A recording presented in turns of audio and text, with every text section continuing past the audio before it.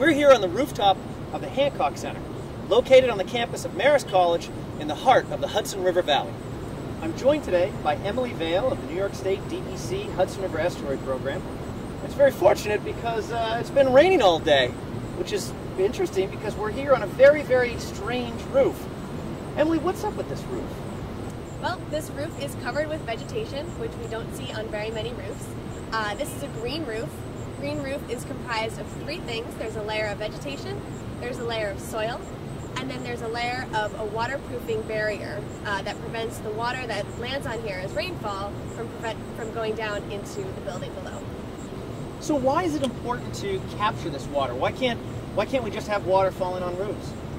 Well, we can have water falling on roofs, but that leads to a bunch of other problems downstream. So when we think about how the water cycle works, we think about rain falling down out of the sky and it'll land somewhere, and that may be in a vegetated area like a forest or a meadow, or that may be on an impervious layer like a parking lot or a rooftop. So an impervious surface is a layer that prevents water from seeping down into the soil. Other examples are driveways or sidewalks, things like that. So we want to add vegetation to the landscape and sort of mimic these natural processes where the water will fall down on some vegetation, it'll slowly seep into the soil. There might be some extra water that forms runoff, which goes a little bit more quickly into either creeks or rivers or lakes, and that's considered stormwater runoff. So in a natural system, we have most of the water going down into the soil with some water going off as runoff. In a system with a lot of impervious surfaces, like a rooftop, you have more of that water going straight into water bodies, and that can lead to a lot of water quality problems downstream. So why aren't there green roofs everywhere? What's keeping us from putting more of these in? Well, one of the issues with implementing green roofs is that they are much more expensive than a traditional roof. So I see that a green roof like this has aesthetic benefits. I can see the benefits to water quality. What are some of the economic benefits of a green roof like this? Although the cost is a lot more upfront, over time green roofs can actually save money because, first of all, they're great at energy savings, again, keeping that heat inside and reflecting the sunlight back out. But they also limit the times you need to replace your roof, so they actually extend the roof life much longer than a traditional roof, which is another advantage. Sure. Do you happen to know why Marist College decided to put this particular roof in? Well, I believe that when Marist College built the Hancock Center, they needed to somehow deal with their runoff. So new impervious surface cover means more amounts of stormwater running into our streams, and they had to deal with that somehow.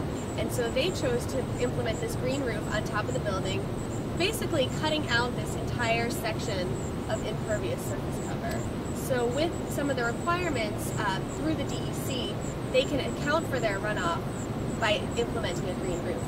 Gotcha. So that's helping Marist out in a couple of different ways then. Absolutely. Excellent. So I've heard a lot about green infrastructure, and I'm wondering, would this be considered an example of that? And what are some other examples of green infrastructure?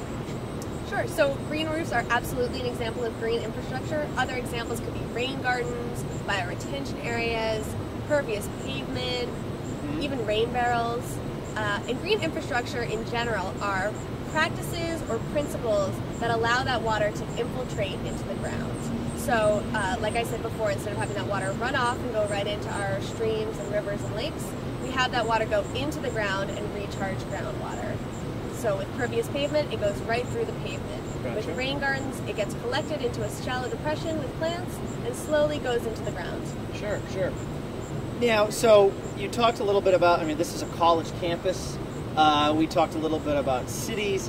Can individuals employ green infrastructure in their personal home decisions? Absolutely. It's very easy for anyone to sort of link into green infrastructure. Homeowners can build a rain garden underneath their gutter downspout. They can put a rain barrel there and reuse the water for their home or their garden. They can use pervious pavement if they choose to on their driveway. So anyone from an individual up to a municipal level, up to even the larger scale, people can employ green infrastructure. Awesome. Excellent. Emily, thank you very much. This has been very informative. Appreciate it. Great. All right. Thanks, everyone.